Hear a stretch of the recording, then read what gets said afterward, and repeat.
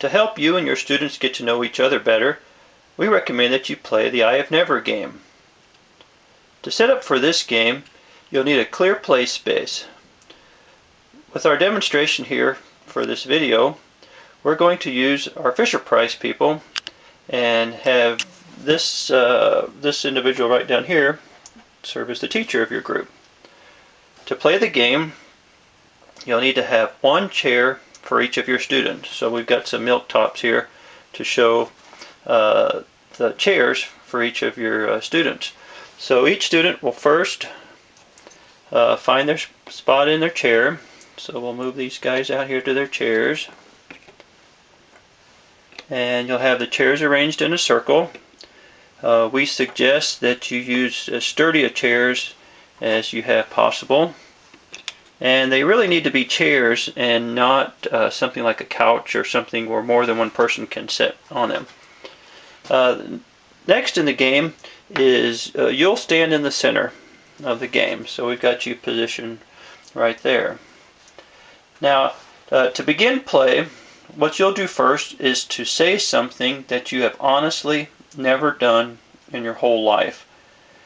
So an example might be something like, I have never traveled to Alaska, or I have never eaten caviar.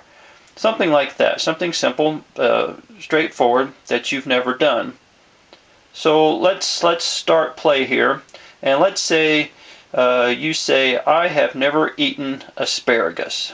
Now, the students that are sitting out in the chairs here, any of those students who may have eaten asparagus have to get up from their chair and find another chair. So let's say that you've said, I have never eaten asparagus, and this student here, Mary, and then Susie and Tommy down here have all eaten asparagus. So they're going to get up from their chairs, and they have to find another place to sit, while at the same time you are going to attempt to get into a chair also. So you said you've never eaten asparagus, so you run and you take Mary's chair here, and then Susie goes here, Tommy goes here, and that leaves Mary out here in the center for the next round. Now it's important to know that once you leave a chair, like Tommy was sitting over here initially, Tommy had to get up because he had eaten asparagus.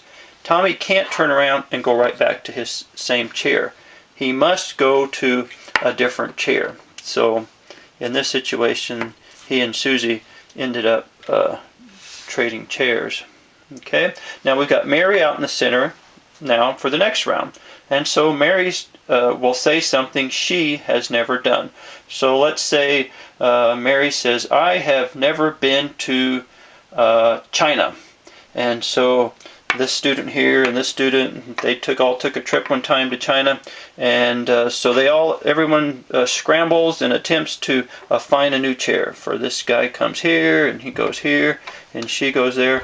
But then we have to remember that Mary's going to attempt to get into a chair too, and this leaves this student out here in the center. And then play can continue.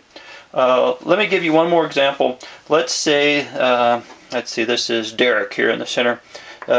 Derek says, I have never worn pink shoes. Okay, and so because you've worn pink shoes, you're going to get up. But let's say that you are the only person in the whole group that has worn pink shoes. None of the other students have ever had the opportunity or option to wear pink shoes. So because you're the only one, you get up. And obviously the rule says you can't go back to your same chair, so you and Derek would then trade places. Okay, so the game can be tons of fun. You'll begin to learn lots of things about your students, and they will learn things about you, and hopefully one of the most important things is that they will learn that you will have a fun time in their chemistry course, and that you yourself like to play games, and that you will work hard and learn lots of things, and the course will definitely be a successful course.